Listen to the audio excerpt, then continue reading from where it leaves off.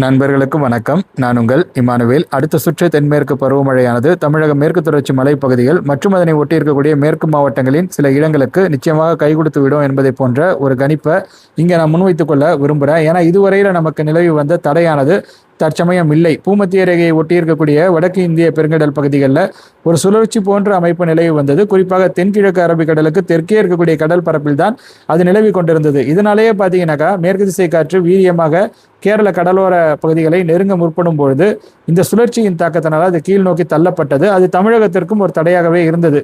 இதுநாள் வரையில் இருந்த தடையானது தற்சமயம் இல்லை. ஆகையினால அடுத்தடுத்து வரக்கூடிய நாட்களில் மேற்கு திசை காற்றினுடைய தீவிரத்தன்மையானது வெகுவாக அதிகரிப்பதை உங்களால் நிச்சயமாக உணர முடியும்.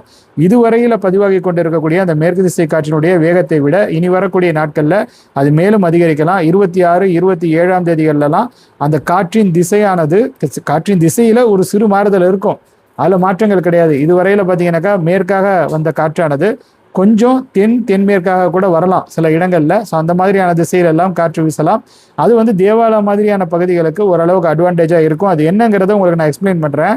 இது ஒரு புறம் இருக்க, மேற்கு திசை காற்றினுடைய வீரியம் அதிகரிக்க போகிறது என்பது ஒரு புறம் இருக்க, அதே சமயம் தென்கிழக்கு அரபிக்கடல் மற்றும் அதனை ஒட்டி இருக்கக்கூடிய அந்த கடல் பரப்புல ஈரப்பதமும் அதிகரிக்க இருக்கிறது. ஆகையினால அடுத்த சுற்று தென்மேற்கு பருவமழையானது தமிழக மேற்கு தொடர்ச்சி மலைப்பகுதிகளில் கணிசமான அளவு மழை பொழிவை வழங்கக்கூடும். அதற்காக நீங்கள் நம்பிக்கையுடன் காத்திருங்க. நீலகிரி மாவட்டத்தில் வால்பாறை சுற்று வட்டார பகுதிகளிலெல்லாம் ஓரளவிற்கு மழையானது கிடைக்கும் அப்படிங்கிற மாதிரி நான் நம்புகிறேன். இந்த சுற்று கை கொடுக்கணும். கை கொடுத்தா தான் அது தமிழகத்திற்கே நல்லது. அதனால நம்பிக்கையை நீங்கள் தவற விடாதீங்க. நம்பிக்கையை நிச்சயமாக நீங்கள் வைங்க. வேற வழியே கிடையாது. இதே போன்ற காலகட்டத்தில் ஆகஸ்ட் மாத தொடக்கத்திலும் பார்த்தீங்கன்னா தமிழக மேற்கு தொடர்ச்சி மலைப்பகுதிகளில் கணிசமான அளவு மழை கிடைப்பதற்கான அனைத்து வாய்ப்புகளும் இருக்கிறது. சரி, இது எல்லாமே ஒரு புறம் இருக்க, நீங்கள் இந்த குஜராத் மாநிலத்தில் கனமழை பதிவாக வாய்ப்பு இருக்குது அப்படிங்கிற மாதிரி கடந்த சில காணொலிகளில் சொல்லிக்கொண்டே இருந்தீங்களே. கனமழை பதிவானுச்சா இல்லையான்னு கேட்டிங்கனாக்கா வச்சு செஞ்சுருக்கு மழை. 48 மணி நேரத்தில் சில இடங்களில் 1000 மில்லிமீட்டருக்கும் அதிகமான அளவு மழையெல்லாம் பதிவாகி இருக்கிறது. ஸோ 2 நாளாக பார்த்தீங்கன்னாக்கா 500 மில்லிமீட்டர் அப்படிங்கிற மாதிரி கூட சில இடங்களில் மழை பதிவாக இருக்கிறது. ஒரே நாளிலே பார்த்தீங்கன்னா 600 மில்லிமீட்டரை சில இடங்களில் மழை கடந்து பதிவாகி இருக்கிறது. ஸோ ஆக மொத்தத்தில் குஜராத் மாநிலத்தில் கனத்த மழை பொழிவு தான். அடுத்து வரக்கூடிய சில மணி நேரங்களுக்கும் குஜராத் மாநிலத்தில் கனமழைக்கான வாய்ப்புகள் இருக்குது. குறிப்பாக மகாராஷ்டிரா மாநிலத்திற்கு வடக்கே இருக்கக்கூடிய குஜராத் மாநிலத்தினுடைய அந்த கடலோர மாவட்டங்கள் மற்றும் அதனை ஒட்டியிருக்கக்கூடிய மேற்கு தொடர்ச்சி மலைப்பகுதிகள் அதிக அளவிலான மழை பொழிவை பெருங்கிறதுல மாற்று கருத்து கிடையாது. வால்சத் மாதிரியான பகுதிகள் தான் அதிக அளவிலான மழைப்பொழிவை பெற்றிருக்கிறது. வால்சத் ஓரளவிற்கு நமக்கு தெரியக்கூடிய நகரமாக இருப்பதனால நம்ம அந்த பெயரை உச்சரிக்கிறோம். அது போக நிறைய இடங்களில் மழை பதிவாகி இருக்கிறது. அந்த மழை அளவுகள் பட்டியல் எனக்கு கிடைக்க பெற்றிருக்கிறது. தமிழக மழை அளவுகள் பட்டியலை படிக்கும் பொழுதே சில பேர் ஏன் அதெல்லாம் போய் படிச்சுட்டு இருக்கீங்க, நீங்கள் வானிலையை மட்டும் சொல்லுங்க அப்படிங்கிற மாதிரி சொல்றீங்க. நம்ம எதுக்கு இந்த மாதிரியான காலகட்டத்தில் குஜராத்தின் மழை அளவுகள் பட்டியலாம் படிக்கணுங்கிறதுக்காக தான் நான் படிக்காமல் இருக்கிறேன்.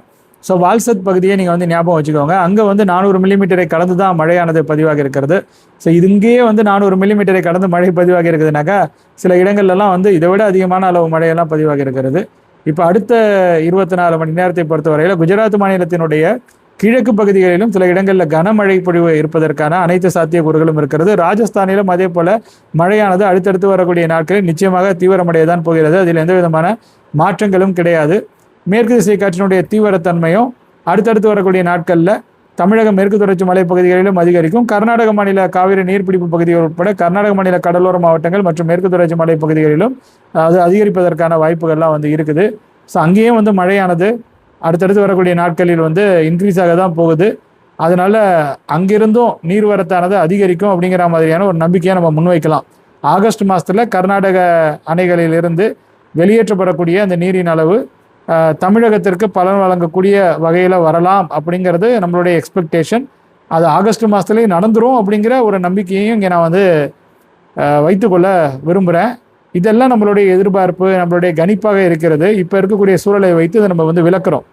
பட் நிகழ்நேரத்தில் இந்த சூழ்நிலைகள் என்பது மாறிக்கொண்டே இருக்கிறது.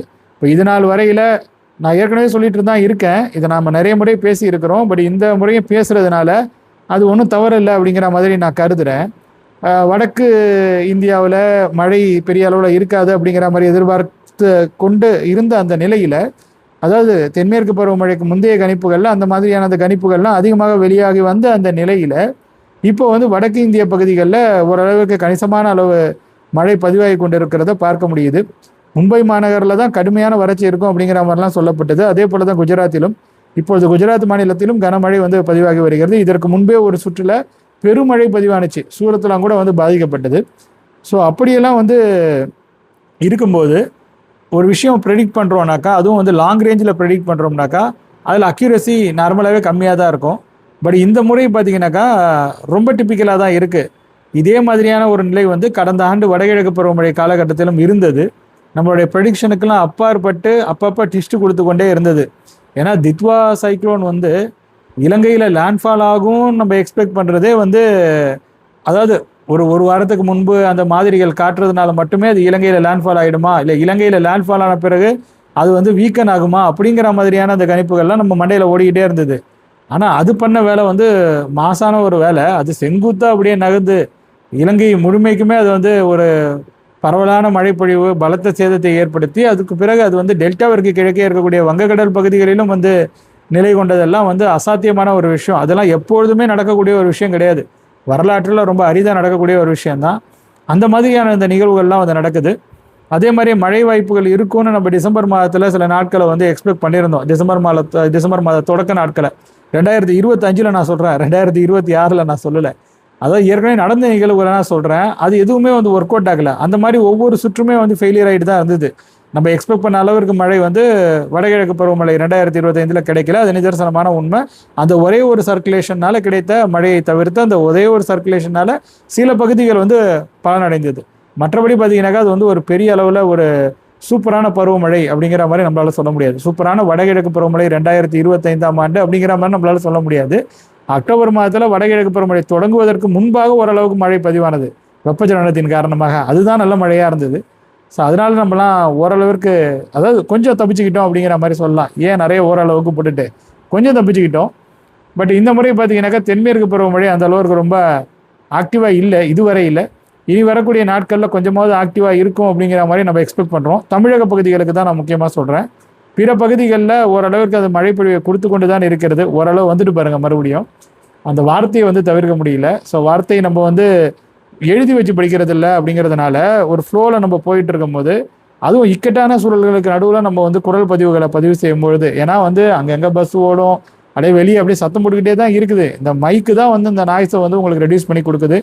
ஃபேன் ஓடிக்கிட்டு இருக்கோம், பக்கத்தில் பார்த்தீங்கன்னாக்கா ஒரு ரூமில் டிவி ஓடிக்கிட்டு இருக்கோம், இன்னொரு பக்கத்தில் ரூமில் வந்து கம்ப்யூட்டரில் பயங்கரமான ஒர்க்லாம் வந்து பண்ணிகிட்டு இருப்பாங்க, ரிசர்ச் ரிலேட்டட் ஒர்க்லாம். ஸோ அப்போ வந்து நமக்கு வந்து டிஸ்டர்பன்ஸ் வந்து வந்துக்கிட்டே இருக்கும். இந்த சைடு பார்த்தீங்கன்னாக்கா கிச்சனில் யாராவது நடமாடிக்கிட்டு இருப்பாங்க. ஸோ பல இக்கட்டான சூழல்களுக்கு நடுவில் அங்கே பாத்திரங்கள் உருண்டுதுன்னா அந்த சத்தத்தை வந்து இந்த நாய்ஸ் ரிடக்ஷன்னாலாம் வந்து வேலையே அதாவது அதெல்லாம் வந்து தடுக்கவே முடியாது. இப்போ நீங்கள் வந்து அந்த ஃபேனு காற்றை கூட அது வந்து ரெடியூஸ் பண்ணி கொடுத்துரும் ஓரளவு இருக்குது. அதுவே ரெடியூஸ் பண்ணுறதே நான் ரொம்ப ஆச்சரியமாக பார்க்குறேன். இப்போ நான் ப்ரீவியஸாக யூஸ் பண்ண மைக் எதுவுமே பார்த்தீங்கன்னாக்கா இந்த ஃபேன் நாய்ஸ்லாம் வந்து அந்த அளவுக்கு ரெடியூஸ் பண்ணாது. இந்த மைக் வந்து எவ்வளோ பரவாயில்ல. ஆனால் பாத்திரங்கள் உருள்ற சத்தத்தெல்லாம் வந்து ரெடியூஸ் பண்ணுறதுக்கு மைக்கே வந்து கிடையாது. டம்முன்னு சத்தம் ஏதாவது கேட்க தான் செய்யும். அதனால் அதையும் நம்ம வந்து பார்க்க வேண்டியது இருக்குது. அந்த மாதிரியான சூழ்நிலைகளில் நம்ம அட்ரப்டாக வந்து காணொலிகளை பகிர்றதே வந்து நிறுத்திடுவோம். அந்த இடத்துல வந்து ஸ்டாப் பண்ணிவிட்டு அதுக்கப்புறம் மறுபடியும் முதல்ல இருந்து நம்ம வந்து ரீடேக் பண்ணுவோம். இப்போ இந்த காணொலியே பார்த்தீங்கன்னாக்கா நான் வந்து பதிவு பண்ண தொடங்கி ஒரு நிமிஷம் எப்படியும் நான் வந்து பதிவு பண்ணிவிடுவேன். அதுக்கப்புறம் பார்த்தீங்கன்னா ஏதாவது ஒரு இடையூறு வரும்பொழுது அதை நான் நிறுத்திடுவேன். அந்த ஃப்ளோவில் அப்படியே தான் போகணும் அப்படிங்கிறத நான் வந்து விரும்புவேன். நான் வந்து கட் பண்ணி போகிறது கிடையாது. இப்போ அந்த ஒரு நிமிஷம் வரைக்கும் பேசுனது அப்படியே ஸ்டாப் பண்ணிவிட்டு இல்லை பாஸ் பண்ணிவிட்டு அதுக்கப்புறம் இன்னொரு வாட்டி பேசி அதுக்கப்புறம் நடுவில் மட்டும் எடிட் பண்ண போகிறது கிடையாது. ஏன்னா அதற்கான நேரமும் நமக்கு வந்து கிடையாது. இப்போ கூட ஒரு ஆம்புலன்ஸ் மிக வேகமாக அந்த சத்தத்தை எழுப்பி கொண்டு மெயின் ரோட்டில் போயிட்டு இருக்குது. அந்த சத்தம் இதில் ரெக்கார்ட் ஆகுதா அப்படிங்கிறத நம்ம வந்து பார்க்கலாம். அதெல்லாம் அந்த நாய்ஸ் ரிடக்ஷன் பார்த்துக்கும் அப்படிங்கிற மாதிரி தான் நான் வந்து நம்புகிறேன். இதெல்லாம் எதுக்கு நான் சொல்ல வரேன்னா, இப்போ வந்து ஒரே டேக்கு தான், இது வந்து சிங்கிள் டேக்கில் எடுக்கிறது தான். அப்படியே பேச ஆரம்பித்தேன்னா பேசிட்டு அப்படியே போயிட்டே இருப்பேன். நடுவில் அந்த கேள்வி பதில்களுக்கு விளக்கங்கள் வழங்குறதும் அப்படி தான். அதனால் நம்ம வந்து பிளான் பண்ணி எழுதி வச்சு இதெல்லாம் வந்து சொல்கிறது கிடையாது. அதனால் சில வார்த்தைகள் வந்து நான் யூஸ் பண்ணும்போது ரிப்பீட்டடாக வர்றதுக்கான வாய்ப்பு இருக்குது. அது சொல்கிறதுக்காக தான் வந்து சொல்ல வந்தேன். சரி, நம்ம விஷயத்துக்கு வந்துடுவோம். இப்போ எப்படியோ வந்து மழையானது அதிகரிக்கும் அப்படிங்கிற மாதிரியான எக்ஸ்பெக்டேஷன் இருக்குது. அது நமக்கு நன்மை தான். இப்போ அடுத்த 24 மணி நேரத்தில் தமிழக உட்பகுதிகளில் மழை பதிவாக வாய்ப்பு இருக்கான்னு கேட்டிங்கன்னாக்கா, yes, there is a possibility. உட்பகுதிகளில் மழை பதிவாகலாம். எந்த அளவுக்கு மழை கிடைக்குதோ அதை நம்ம வந்து மகிழ்ச்சியுடன் வரவேற்றுக் கொள்ளலாம். அடுத்த 2-3 நாட்களுக்குள்ளாக வட கடலோர மாவட்ட கடலோர பகுதிகளிலும் சில இடங்களில் மழைக்கான வாய்ப்பு இருக்குது. மறுபடியும் அதை நான் வந்து சொல்கிறேன். மேற்கு திசை காற்று வெகுவாக அந்த வீரியத்தை கொஞ்சம் பெறுகிறது. அப்படிங்கும் போது அது வந்து கடலோர பகுதிகளுக்கு இந்த ஸ்டார்டிங் ஸ்டேஜில் ஓரளவுக்கு ஹெல்ப்ஃபுல்லாக இருக்குங்கிறது என்னுடைய எக்ஸ்பெக்டேஷன். அது ஒர்க் அவுட் ஆகுதா அப்படிங்கிறத பார்க்கலாம்.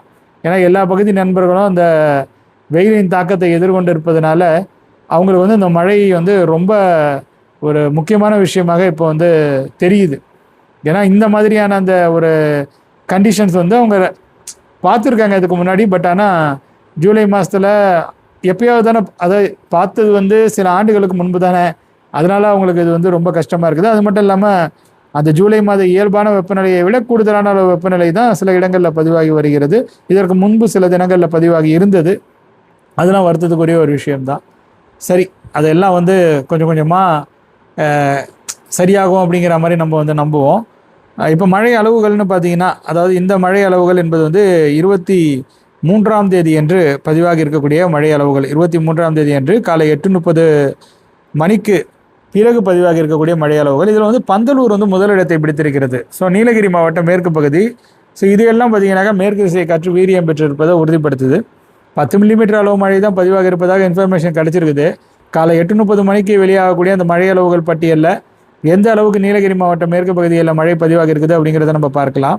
இதற்கு அடுத்தபடியாக சூரியாம்பாளையம் ஈரோடு மாவட்டம் 8 மில்லிமீட்டர், ஸ்ரீமதுரை நீலகிரி மாவட்டம் 3 மில்லிமீட்டர், குண்டுக்கல் சேலம் மாவட்டம் 1 மில்லிமீட்டர். ஸோ அதற்கும் கீழே 0.8 இந்த பாளையம் தருமபுரி மாவட்டம் 0.8, ஆர்கேபேட்டை திருவள்ளூர் மாவட்டம் 0.8, இந்த மாதிரி அந்த 0.8லாம் ஏகப்பட்டது இருக்குது. அதெல்லாம் ஒரு புறம் இருக்க, சென்னையில் இன்றைக்கி வந்து நேற்று இருந்த கண்டிஷன் கூட இல்லை. நேற்று கூட தூறல் மழையெல்லாம் போட்டுச்சு.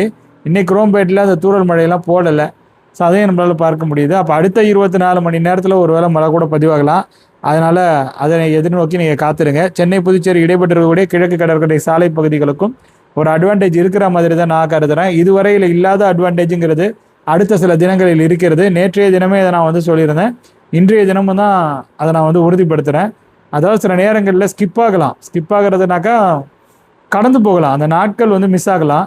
ஆனால் மிஸ் ஆகிறதா சரி இந்த நாட்கள் வந்து ஸ்கிப் ஆகி போகலாம். இப்போ ஒரு நாள் நம்ம எக்ஸ்பெக்ட் பண்ணுறோம் அப்படிங்கும்போது இந்த கண்டிஷன் சேஞ்ச் ஆகி இருக்கிறத நம்ம பார்ப்போம்.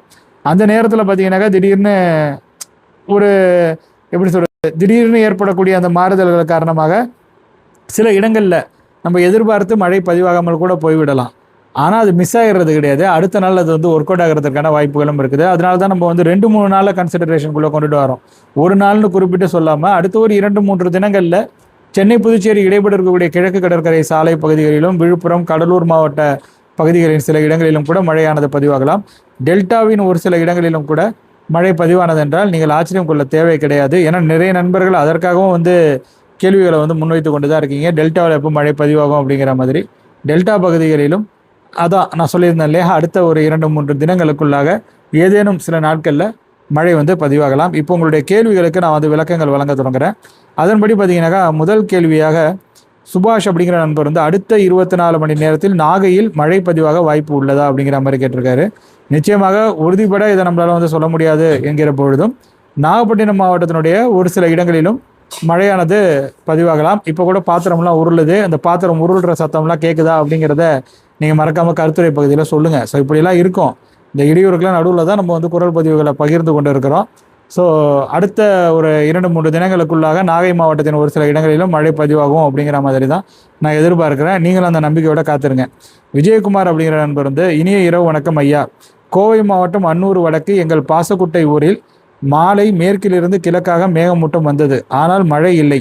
வரும் நாட்களில் மழை கிடைக்குமா என்று எங்கள் பகுதி விவசாயிகள் மழையை எதிர்பார்த்து உள்ளோம். நன்றிங்க அப்படிங்கிற மாதிரி வந்து சொல்லியிருக்காங்க. அடுத்து வரக்கூடிய நாட்களில் மேற்கு திசை காற்றினுடைய வீரியம் என்பது அதிகரிக்க இருக்கிறது. அதனால் வந்து அது அது அது வந்து ஹெல்ப் பண்ணாதாங்கிறத விட அந்த வெப்பநிலை கொஞ்சம் குறையலாம். சாரல் தூறல் அவ்வப்பொழுது பதிவாகலாம். இப்போ அடுத்த சில தினங்களில் ஏதேனும் மழை கிடைத்தது என்றால் அதை நீங்கள் மகிழ்ச்சியுடன் வரவேற்றுக்கொள்ளுங்கள். மற்றபடி பார்த்தீங்கன்னாக்கா மேற்கு திசை காற்று வீரியம் பெற்ற பிறகு தென்மேற்கு பருவமழை காலகட்டத்தில் என்ன மாதிரியான சூழல்கள் இருக்குமோ அந்த மாதிரியான சூழல்கள் தான் இருக்கும். சதீஷ் ராக்கி குட் மார்னிங் தம்பி சொல்லியிருக்காங்க. நன்றி. உங்களுக்கும் என்னுடைய காலை நேர வணக்கங்களை தெரிவித்துக் கொள்கிறேன். வெற்றிவேல் அப்படிங்கிற நண்பர் வந்து அண்ணா எல்லா வீட்லேயும் ரெயின் வாட்டர் ஹார்வெஸ்டிங் இம்ப்ளிமெண்ட் பண்ணால் கிரவுண்ட் வாட்டர் இம்ப்ரூவ் ஆகுமா? கவர்மெண்ட் இவ்வளோ ஃப்ரீ பீஸ் கொடுக்குறாங்க, அது மாதிரி இந்த ரெயின் வாட்டர் ஹார்வெஸ்டிங்க்கு கவர்மெண்ட் பீப்புளுக்கு கொஞ்சம் சப்சிடி மாதிரி கொடுத்தா வாட்டர் ஹார்வெஸ்ட் பண்ணால் சொன்னால் என்ன அப்படிங்கிற மாதிரி கொஸ்டின் கேட்டிருக்கேன். இதை நம்ம ஏற்கனவே பேசியிருக்கோம். நம்மக்கிட்ட ஏற்கனவே ஒரு திட்டம் வந்து இருந்தது. இதற்கு முன்பு நம்ம வந்து அதை ஒரு முறை இம்ப்ளிமெண்ட் பண்ணி பார்த்துருக்கோம். அதாவது நம்ம இம்ப்ளிமெண்ட் பண்ணி பார்த்தோம்னாக்கா நம்ம செய்யலை, ஏற்கனவே இருந்த அரசாங்கம் ஒரு முறை வந்து இதை வந்து பண்ணாங்க.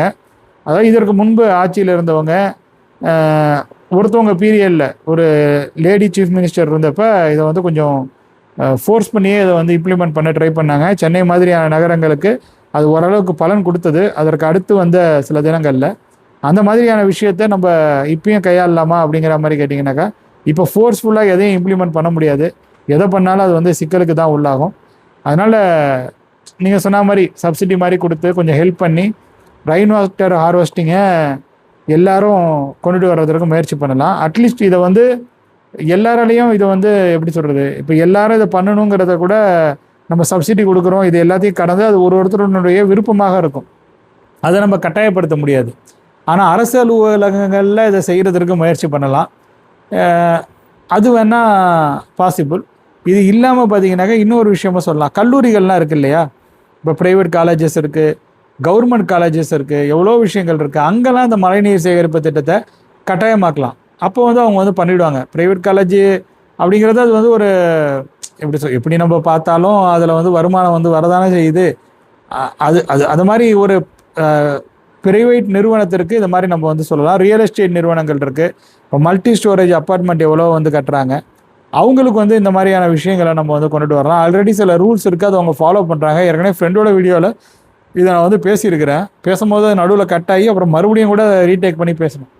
இப்போ ஒரு 10 மாடி கட்டடம் இருக்குது, 20 மாடி கட்டடம் இருக்குது, அதை வந்து பயங்கரமாக டெவலப் பண்ணுறாங்க. அப்படிங்கும்போது பொதுமக்கள் யூசேஜுக்காக ஒரு இடம் வந்து விடுறாங்க.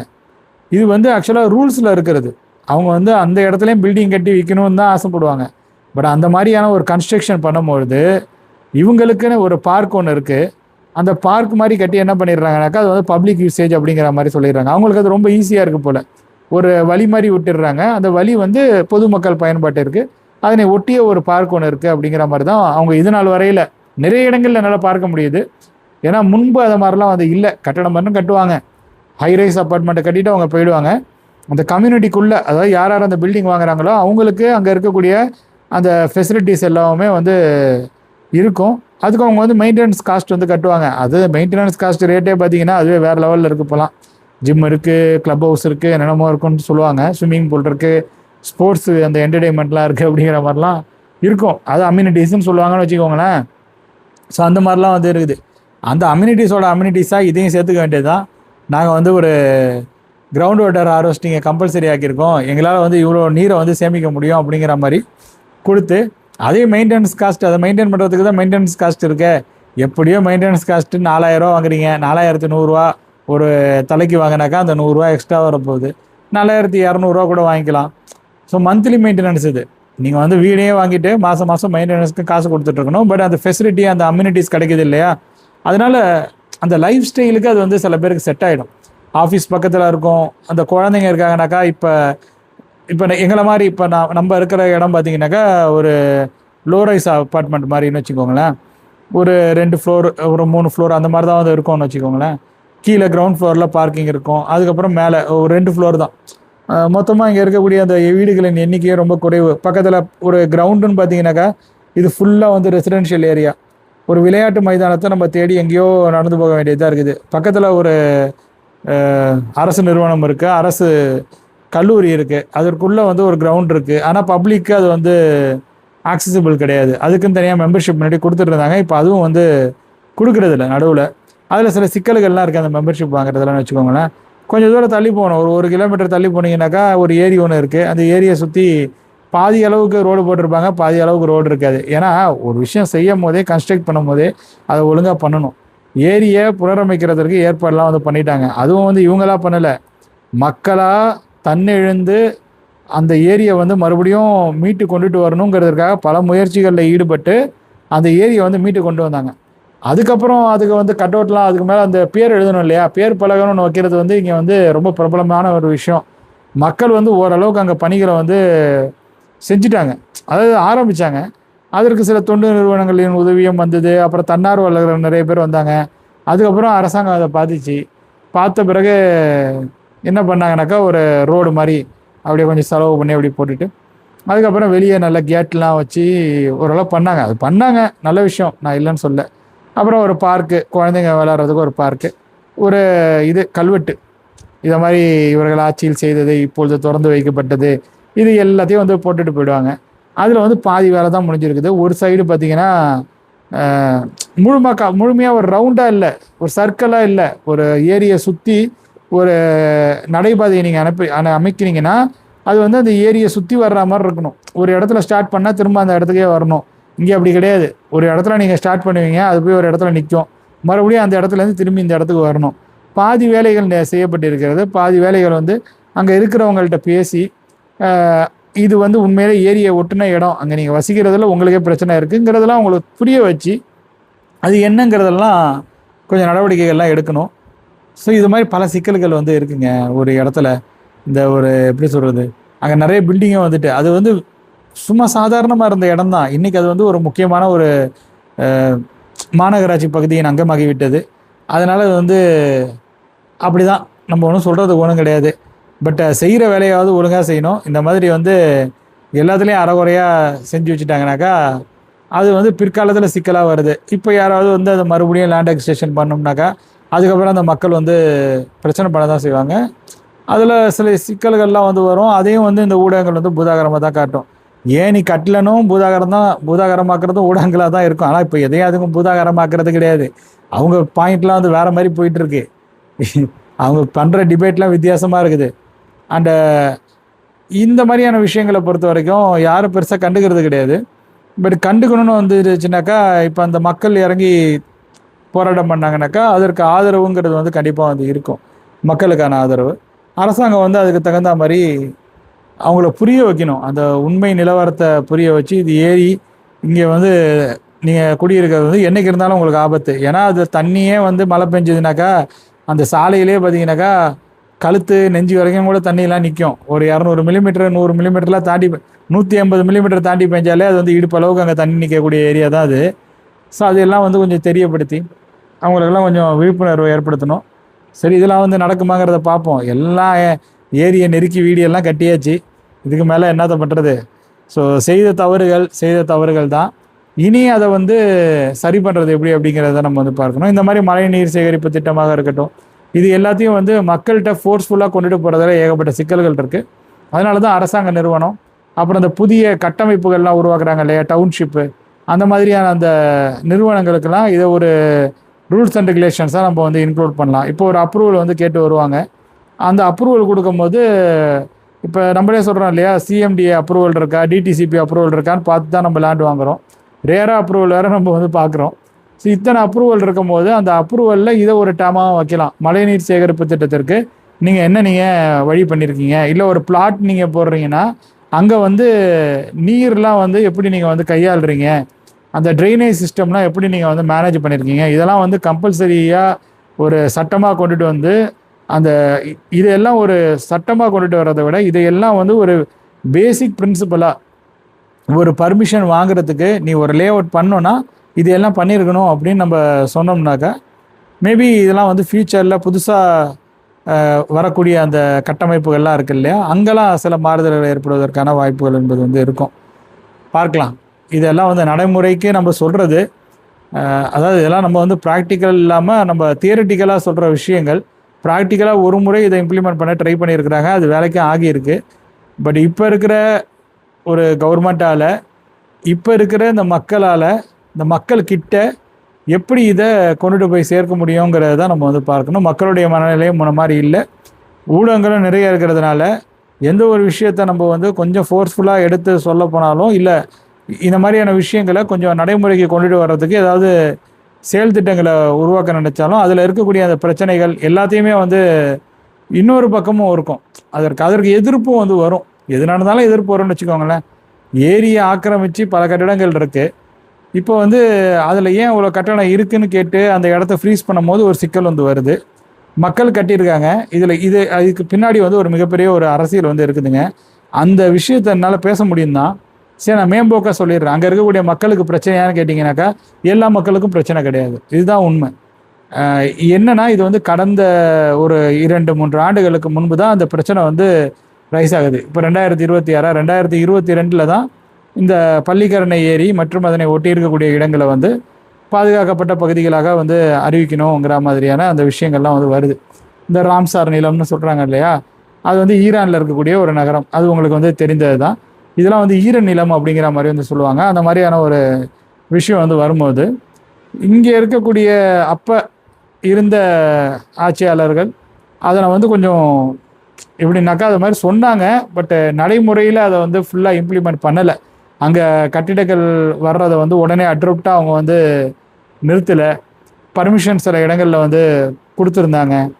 அண்ட் கவர்மெண்ட் ப்ராஜெக்ட்ஸும் அதில் வந்து இருந்தது. அந்த ஈர நிலத்துக்கு அருகாமையிலேயே இருந்தது.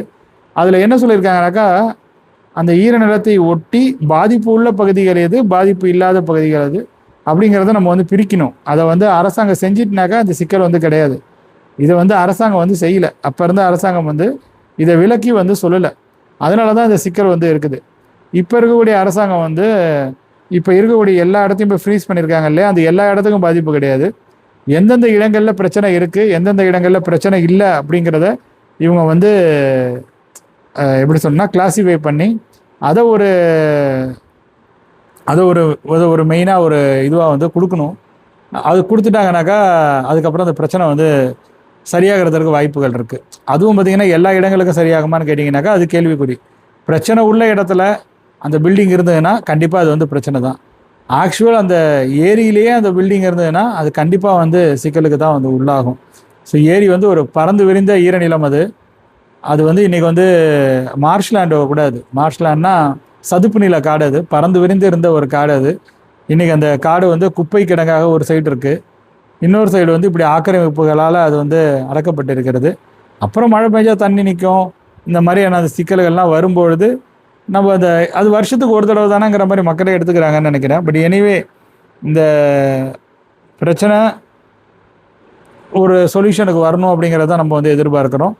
அது அரசு வந்து கொஞ்சம் கணக்கெடுப்புலாம் எடுத்து கொஞ்சம் முடுக்கி விட்டு எந்தெந்த பகுதிகளில் பிரச்சனைங்கிறத கிளாஸிஃபை பண்ணி யாராருக்கு பிரச்சனை இல்லையோ அவங்களுடைய அந்த நிலத்தை வந்து ஃப்ரீஸ் பண்ணி வச்சுருக்காங்க இல்லையா, அதை வந்து எடுத்து விட்டாங்கனாக்கா சரியாகப்படும்.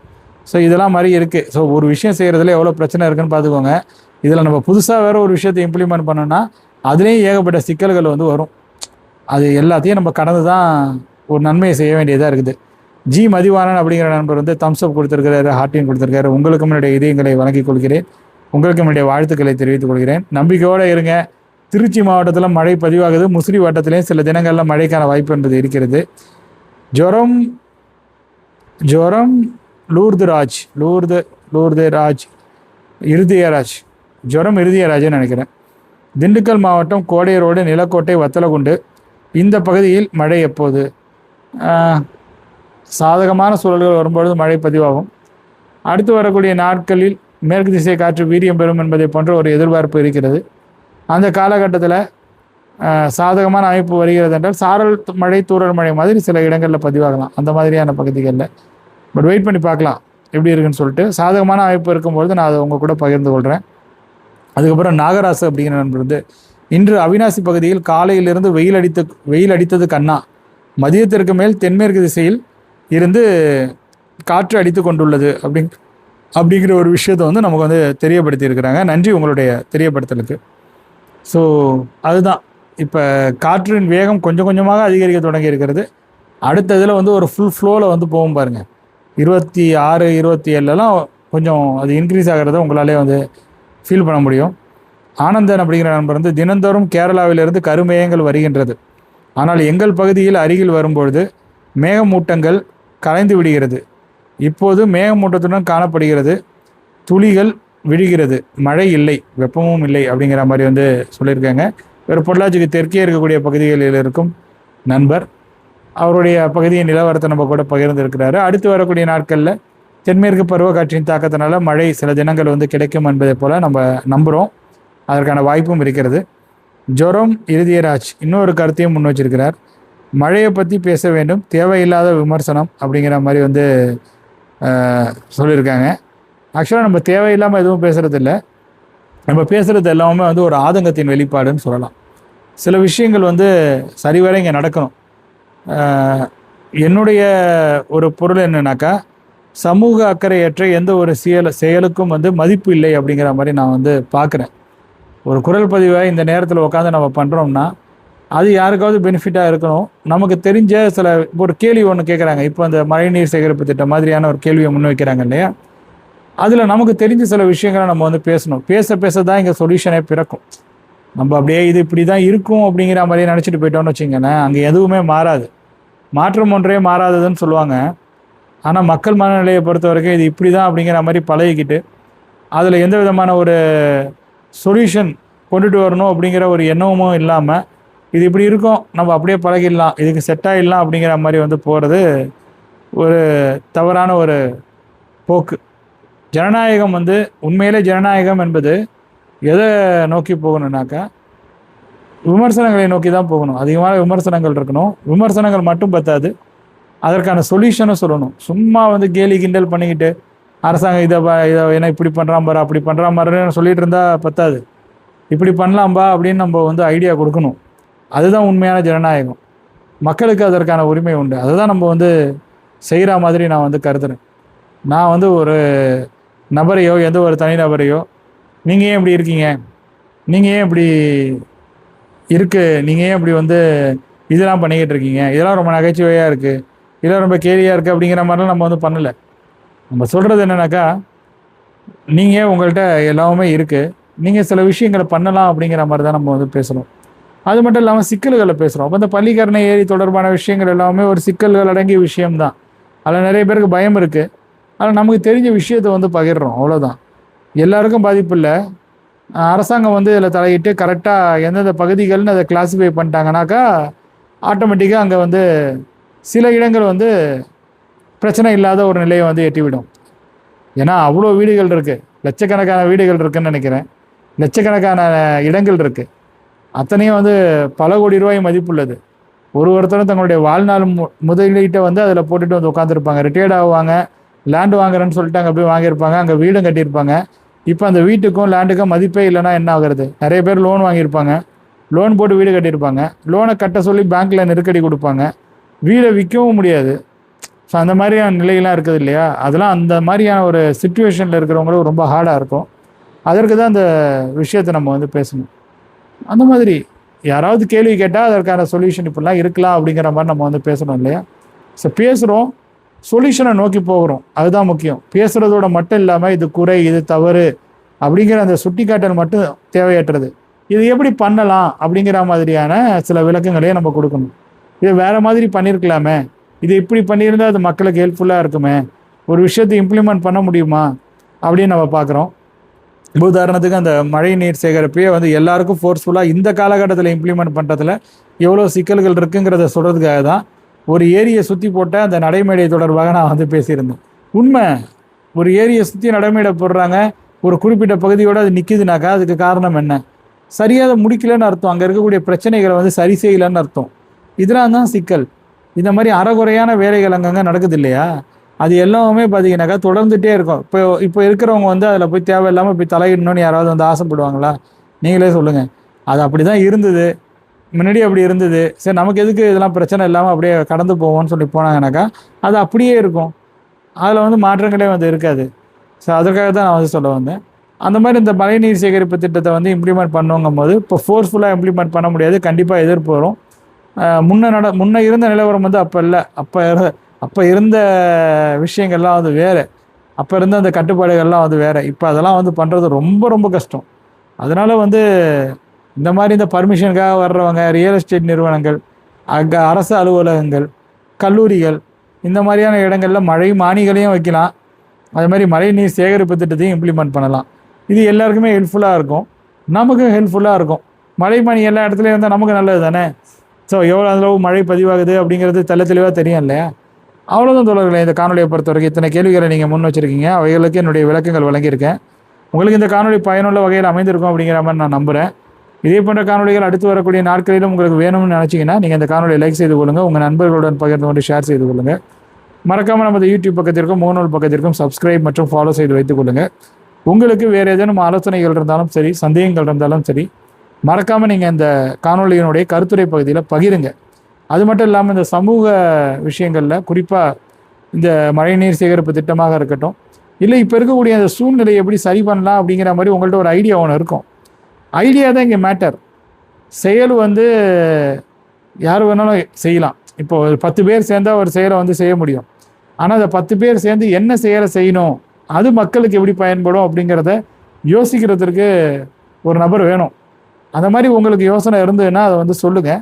அந்த யோசனை சரியான யோசனையாங்கிறத ஆலோசிப்போம்.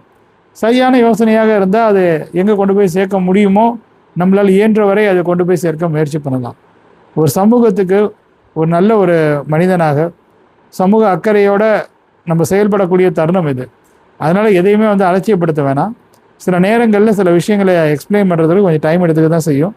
குறிப்பாக இந்த மாதிரி இந்த சுற்றுப்புற சூழல் அதை பற்றி நம்ம பேச ஆரம்பித்தோம்னாக்கா அதில் உங்களுடைய ஒப்பீனியனும் நான் அதிகமாகவே எதிர்பார்க்குறேன். ஏன்னா உங்களுக்குன்னு ஒரு பாயிண்ட் ஆஃப் வியூ இருக்கும்.